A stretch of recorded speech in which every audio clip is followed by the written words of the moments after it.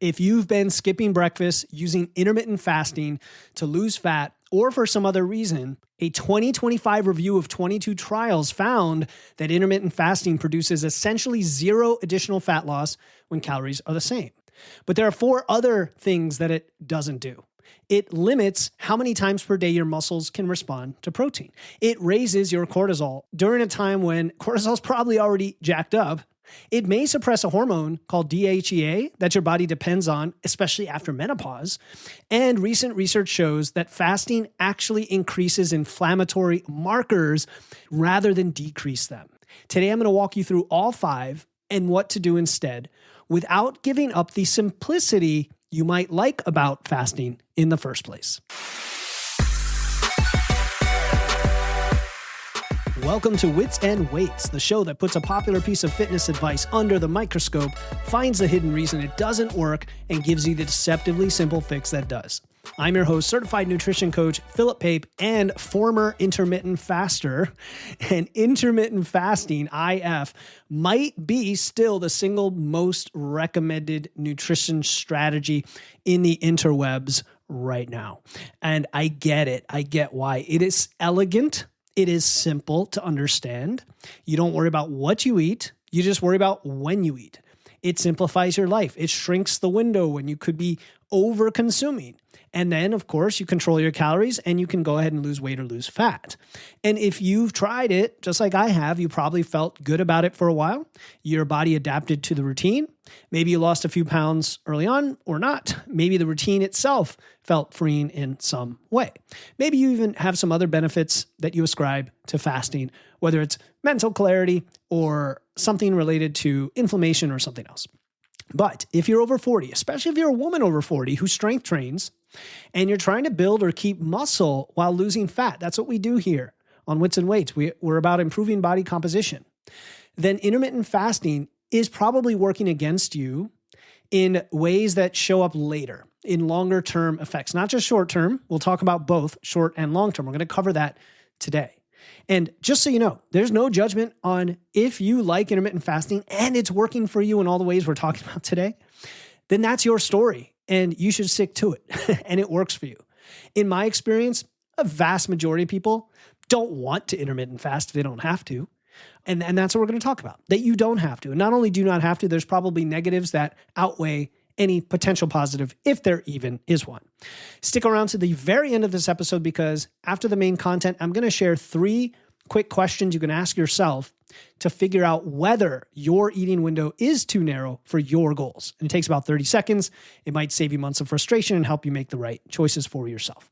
So here's what we're covering today. 5 specific ways that intermittent fasting backfires, especially for women over 40 who lift. And I'm sorry to target women, but population-wise, that is who I hear using fasting the most, and it's who we tend to work with the most, but this advice really applies to everyone. So 5 specific ways we're going to cover. I'm not going to list them here. I don't want to give them all away. I want you to dive in and really hear the context around them. And then I'm going to give you the fix for those, which keeps everything that you might like about IF, but without the downsides. So I know it's a tall order, but let's get into it and see if we can make that happen. All right, so the first way intermittent fasting backfires is it doesn't actually give you an advantage for fat loss. It doesn't produce better fat loss than a standard calorie restriction by any means. And this is the foundation so many other things rest on, because if it had a genuine metabolic advantage, then you might argue the other downsides are worth tolerating in the trade-off, but it doesn't. And the popular version of IF goes like this. And look, I was on IF for a decade. I've tried all versions of it. I've even done full day fasts. Okay, so the popular version is this. You skip breakfast. This is the typical approach people take because it's, I guess, the easiest to fit into a normal schedule. You skip breakfast, your first meal around, say, noon. You stop eating by 8 p.m. if you're doing the 8 to 16, but it might even be earlier. It might be like 5 p.m. if you're trying to squeeze the window even tighter. And then the fasting window is all that time after you stop eating dinner, all the way to that next midday meal where the magic happens. That's where your insulin drops, your body burns fat, maybe you get some autophagy, you lose weight without having to count calories. It's not what you eat, it's when you eat. Oh, it's just beautiful. It's just the perfect solution, guys. right? And I know you know that, right? Because you're listening to this show and you're like, yeah, intermittent fasting works for me perfectly. Now, I want to be fair because I can be a little facetious, a little sarcastic at times. There is a grain of truth to all this stuff. There's also plenty of anecdotal evidence for anything that can work for people. It doesn't mean that the science isn't there. Doesn't mean that there isn't an optimal range of things for the vast majority of humans. It just means that your experience might be an outlier. Intermittent fasting does help some people lose weight, for sure. But the reason has nothing to do with the fasting window. The reason is that when you eat in a compressed window, you spontaneously eat less food. We see this in studies, okay? So we're going to give them that point. Studies show that when you're just like in an ad libitum, free living condition, if you're doing time-restricted eating, which is the more science-y term, people consume 350 to 650 fewer calories per day, and they're not being told to restrict. They're not doing anything special or anything different. And that is a very meaningful deficit. So yes, people on IF lose weight, but it's because of the calorie deficit.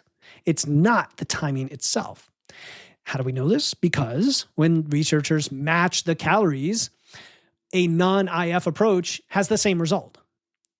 So going to all the way to 2025, just last year, Cochrane, it's a systematic review. I love systematic reviews because that is the highest level of evidence synthesis we have, where they looked at 22 randomized trials with nearly 2,000 participants. And they compared intermittent fasting to conventional calorie restriction. The difference in weight loss was 0.33% body weight.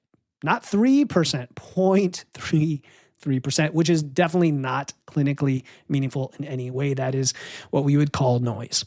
Okay, it's almost nothing, no difference. Also in 2025, there was a different meta-analysis, and this was in nutrition, metabolism, and cardiovascular diseases, if you want to look it up. And they looked at 20 randomized controlled trials that were specifically designed to match calories between IF and standard dieting. And so this was a very direct conclusion that what's called isocaloric intermittent fasting is not superior to calorie restriction for any health outcome. There were no differences in body weight, in BMI, or in lean body mass at any time point. And then if we go a couple of years back, there was the big New England Journal of Medicine trial from 2022, 139 obese patients randomized to time-restricted eating plus calorie restriction versus calorie restriction alone for 12 months. And guess what? The results were identical across fat mass, across lean mass, visceral fat, and liver fat. So the first thing to understand is that the mechanism of action for intermittent fasting is simply calorie reduction. It is a behavioral tool to create a deficit, and that is it. There's no metabolic alchemy. We're not converting lead to gold. It's nothing magic that is happening during the fasting window that gives you any sort of edge whatsoever. And when you accept that fact, that premise, then you have a different question, don't you? You have a different question. Instead of saying, look, does intermittent fasting work? The question for you is intermittent fasting the best way to create a deficit for you, given your specific goals and situation? And here's where I'm bringing it full circle to who I'm talking to on this show. A lot of you are over 40. A lot of you are women who strength train. The answer is almost always no, is what we've found. Almost always no. And that brings me to ways number 2 through 5 that backfire for intermittent fasting.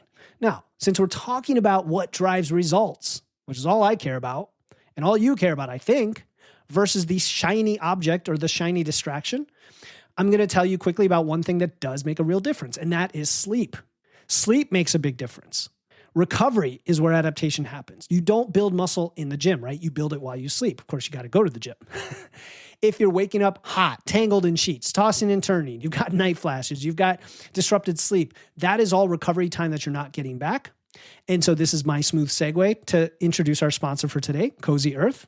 And Cozy Earth makes the most amazing sheets. I'm not just saying that, I am saying it, but I'm saying it because I use it and I bought another pair because I love them. I've had them for a while now, many months. since they became a sponsor, and the temperature regulation piece is the thing that initially sold me, but I wasn't sold for real until I actually slept in them. So they're made from a bamboo-derived fabric, and that's what lets them keep you cool, even if you run warm like I do, and it keeps you comfortable even when it's cold. So it's not like it makes you colder. It's a nice balance depending on the temperature. And we know that better sleep means lower stress and cortisol, better recovery, better training, and a better use of your food, whether you are intermittent fasting or not. And that was my point with this extremely smooth segue to our sponsor, in that getting enough sleep is going to prevent you from having massive cravings that often lead to people saying, hey, I need a different solution because I can't help but eat. I'm going to use fasting. You see how that works? All right. Right now, Cozy Earth will give you 20% off with code Wits and Weights. Go to witsandweights.com/Cozy Earth. The link is in the show notes.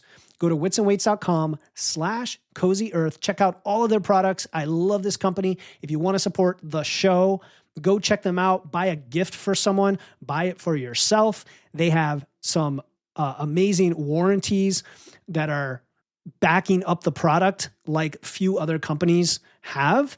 Go to witsandweights.com/Cozy Earth and enjoy. All right. So the second way that intermittent fasting backfires is how it limits your ability to build muscle. And this is probably the most concrete issue that matters a lot to those of you listening. When you're trying to lift weights, you're trying to build muscle, you're trying to partition your nutrients just the right way. It's just a fancy way of saying, what I eat into my mouth goes toward building muscle as best as I can, and also losing fat when possible, right? Because that's what we're trying to do. So your muscles, they respond to a few things. They respond to, number one, how much protein you eat total. So you've got to have that minimum. But also, they respond a little bit more to the distribution of that protein. Not as much as the total. We've got to hit our total. But they also respond to the distribution.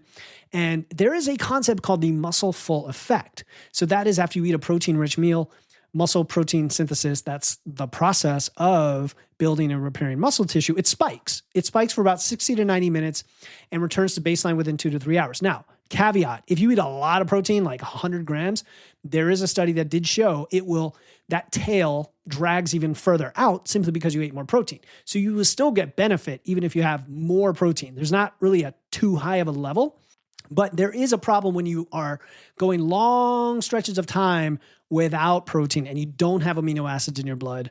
That can give you a little bit of a disadvantage. And I wanted to mention it here because, again, if you don't have to fast, it's good to know what you're losing when you do fast that, you might want to consider in your trade-off.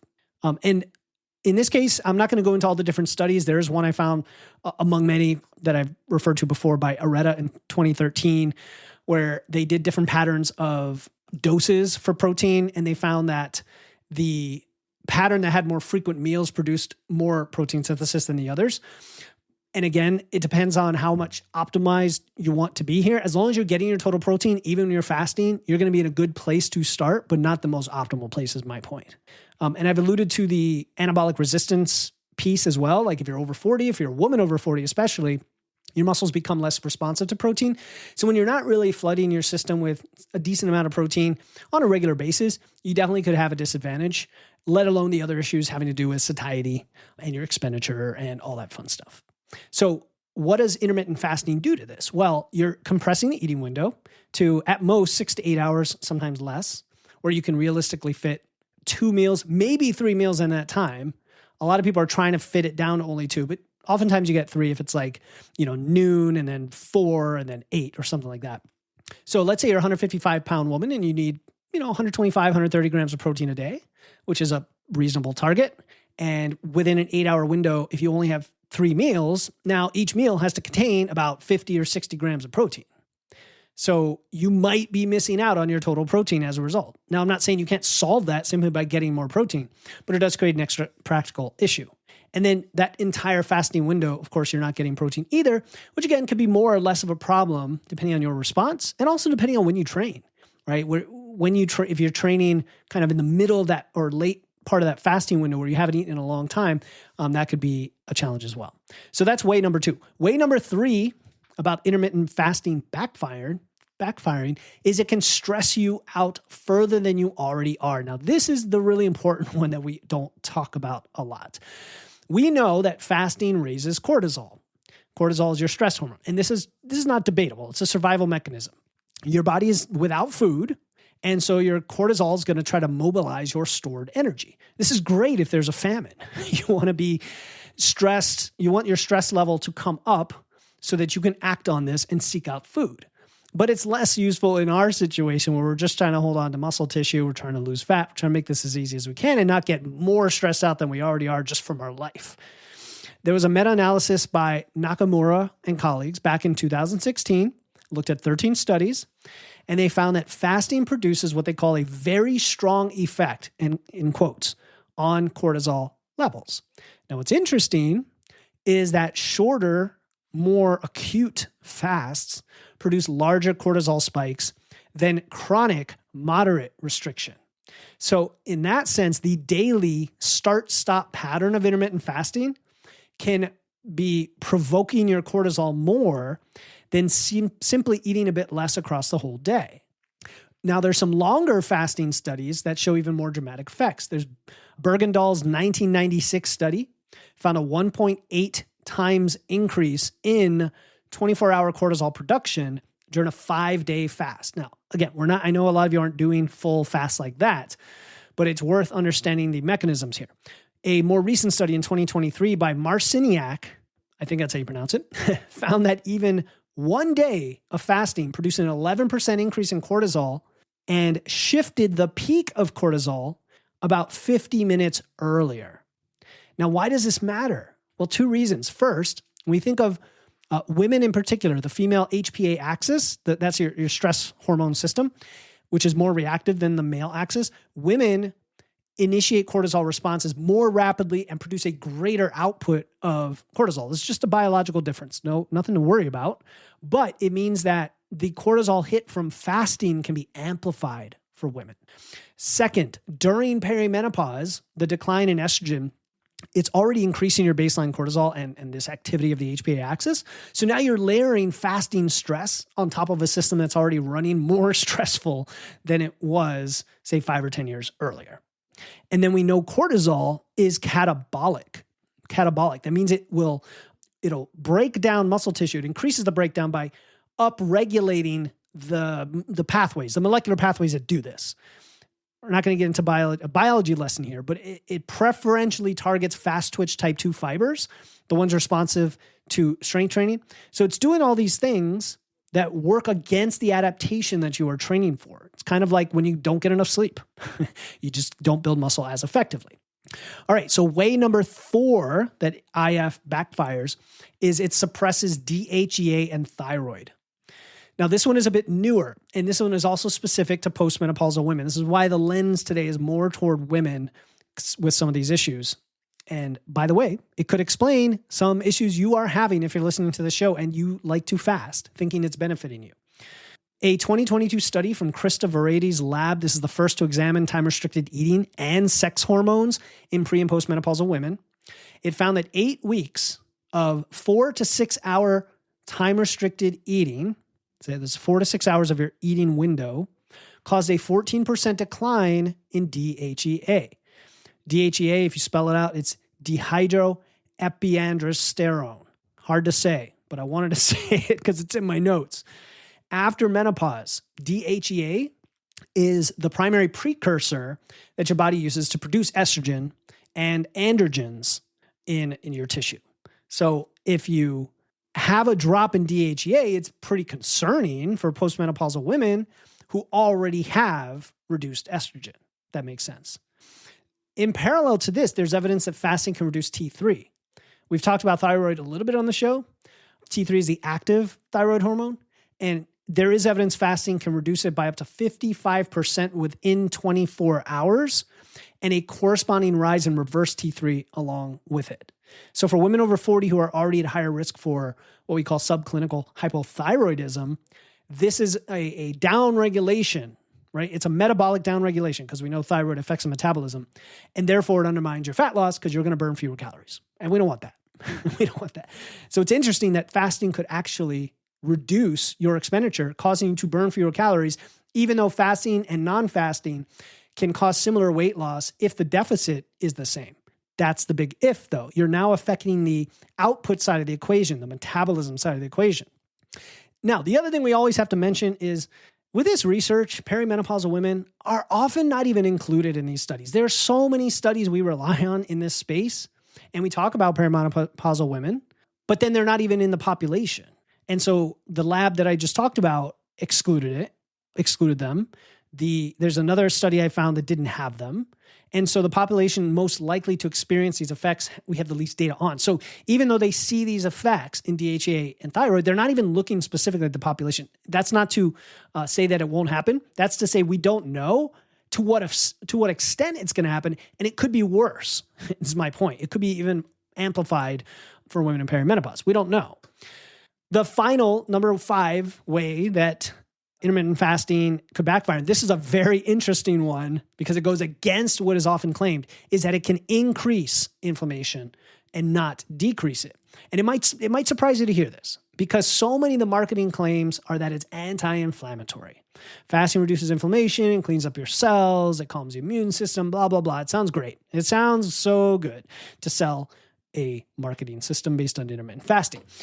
But going again to very recent research, 2025, it was a scoping review and it was published in Aging Research Reviews. The scientist's name is DeCiutis. I don't know how to pronounce that, but it's DeCiutis, and colleagues looked at this claim directly. They reviewed 14 human clinical trials that examined prolonged fasting of 48 hours or more, and they measured what happens to 3 inflammatory markers in the blood: CRP, IL-6, and TNF-alpha. We've talked about these before. These are objective ways to measure inflammation in your body.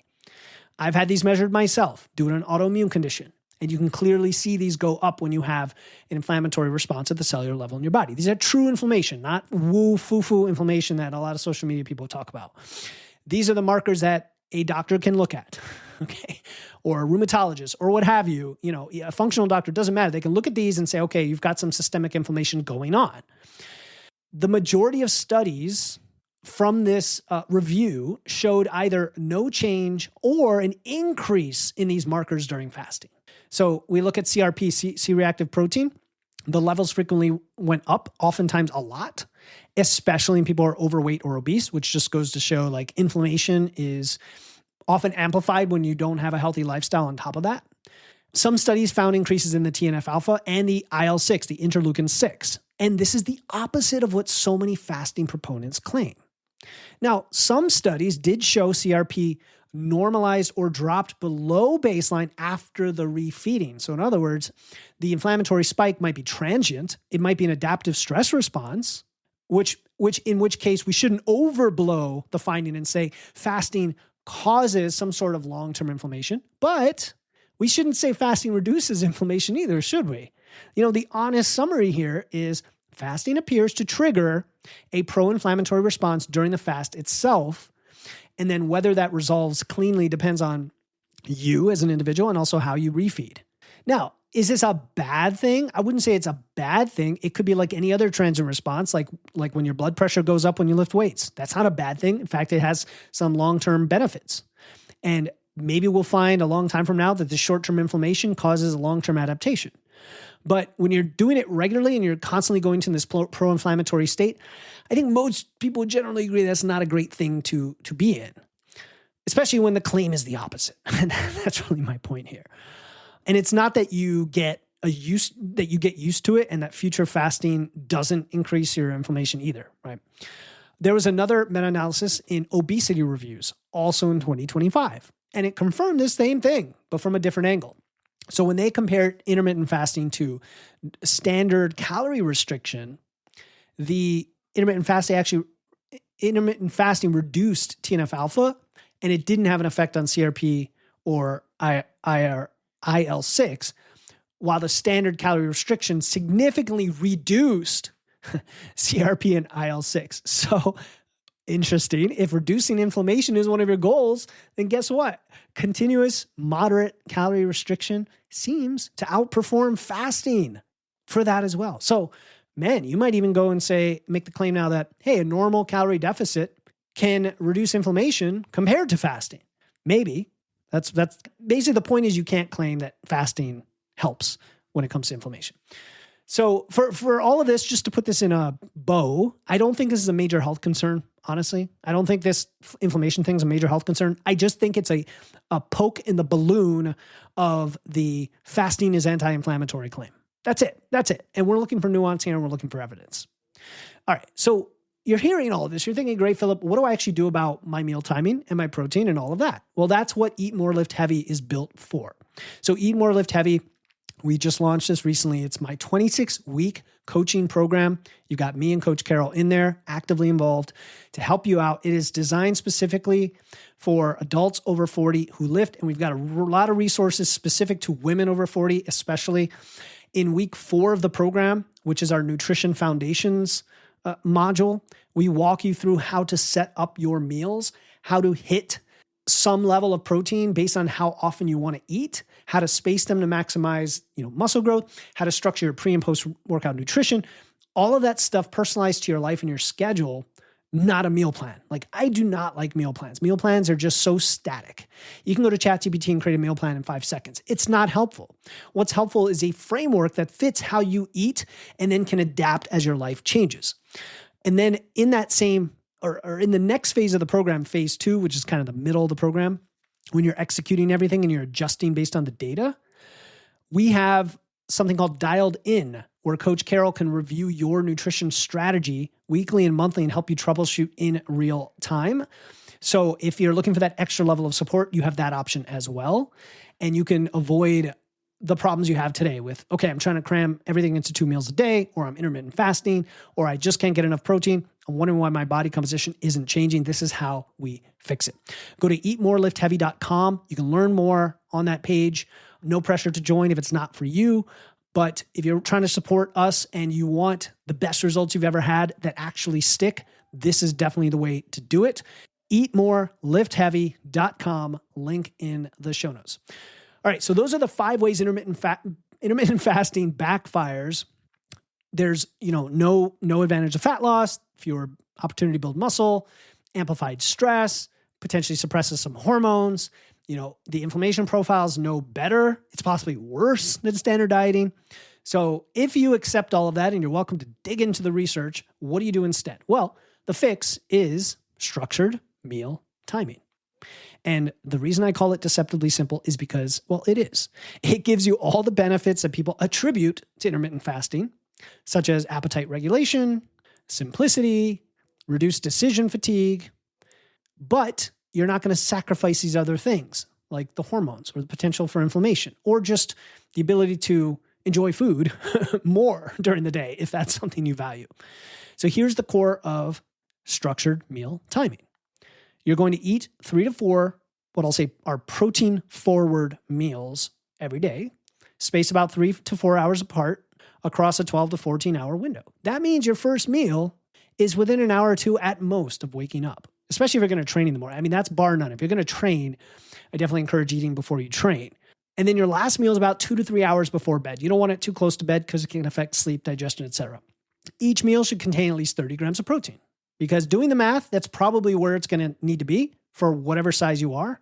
Unless you're much bigger and you need a lot more protein, for most people, that's going to get you there.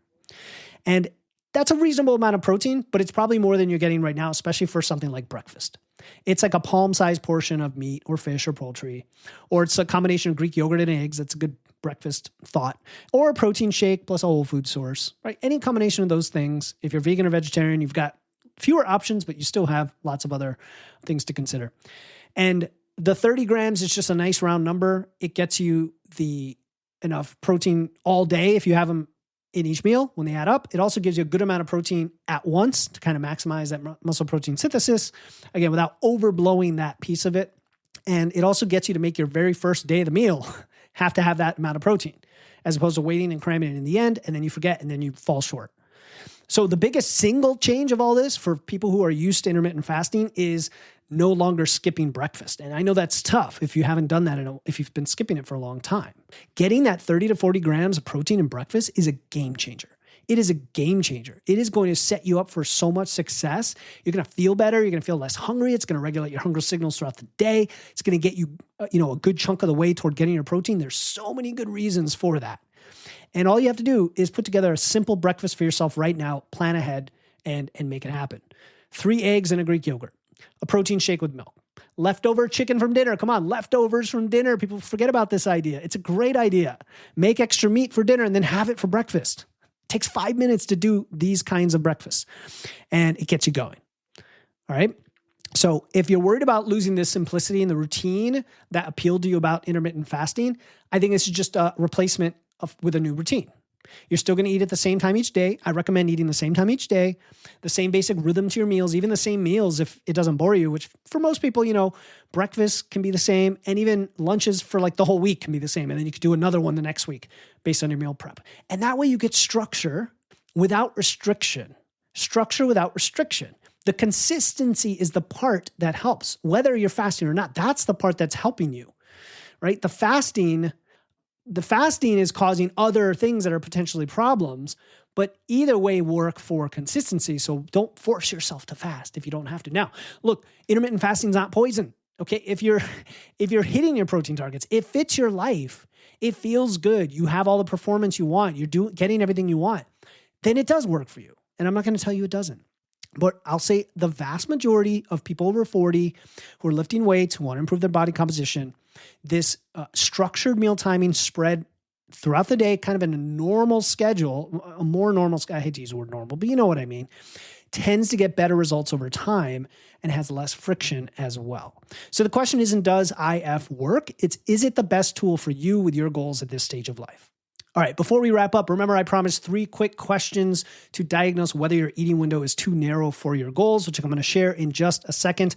But if this episode is changing or has changed how you think about meal timing, but you're not sure how to restructure your eating around your training, your schedule, your protein targets, how to get enough protein, that's exactly what Eat More, Lift Heavy walks you through. The program is 26 weeks. 1 focus per week that builds your skills slowly over time. By the end, you're not following a plan anymore. You are owning your own plan. You know how to build one. You know how to adapt. You know how to adjust on your own. That's what we want for you. We call it a graduation model because the goal is to make the original program unnecessary and let you go to bigger and better things for the next level. Go to eatmoreliftheavy.com. That is eatmoreliftheavy.com. Link is in the show notes. All right, here are 3 questions you can ask yourself right now to figure out if your eating window is costing you the muscle that you're trying to hold on to or making fat loss harder. Okay, question 1, how many meals with 30 plus grams of protein can you fit into your eating window right now? If the answer is 2 or less, it's probably too narrow. You're missing the opportunities to get enough protein, and that's going to slow you down across the board. It's going to make everything harder. It's going to make it harder to hold on to lean mass. And then when you do lose weight, you're going to lose muscle. We don't like that. Okay. Listen to our last episode where we talked all about how to hold on to muscle during fat loss. That's question 1. Question 2, are you routinely hungry, low energy, or craving carbs in the last 2 hours of your fasting window? Okay. If so, that is your cortisol talking to you. It is mobilizing that hormone to keep you going. And then when the feeding window opens, you are more likely to overconsume or to make poor food choices. That's another thing we didn't even talk about today. I see a lot of people who fast and they don't eat so well during the feeding window because they're just like starving. They're ready to eat and they go hog wild. And this is a physiological thing. It's not your discipline. It's just the situation has incentivized you to do this because of the cortisol. Question 3, are you hitting your daily protein but not seeing body composition changes? Now, this is an interesting one because some of you are fasting, you're still hitting it, but it could be that you are underperforming in the fasting window. It could also be a carb situation. It could be when you're training. There's a lot of could be's. But if you are hitting your protein but not seeing body composition changes and you fast, there could be an issue there with the fasting window. All right, so if you answered yes to 2 or 3 of these, you may want to experiment with not fasting anymore, widening your window at least by 2 hours to add another meal with protein in there, for example, or just go all out to a normal eating schedule. Do it for at least 2 weeks, track what you're doing, and see what changes. Tell yourself, based on the evidence, whether this is a superior choice for you or not. Don't let me try to convince you of it. Do it for yourself. That is the best evidence. All right, until next time, keep using your wits, lifting those weights, and remember, when you eat matters less than whether your muscles get the signal they need when they need it, and you're eating well for your goals. I'm Philip Pape, and I'll talk to you next time here on the Wits and Weights podcast.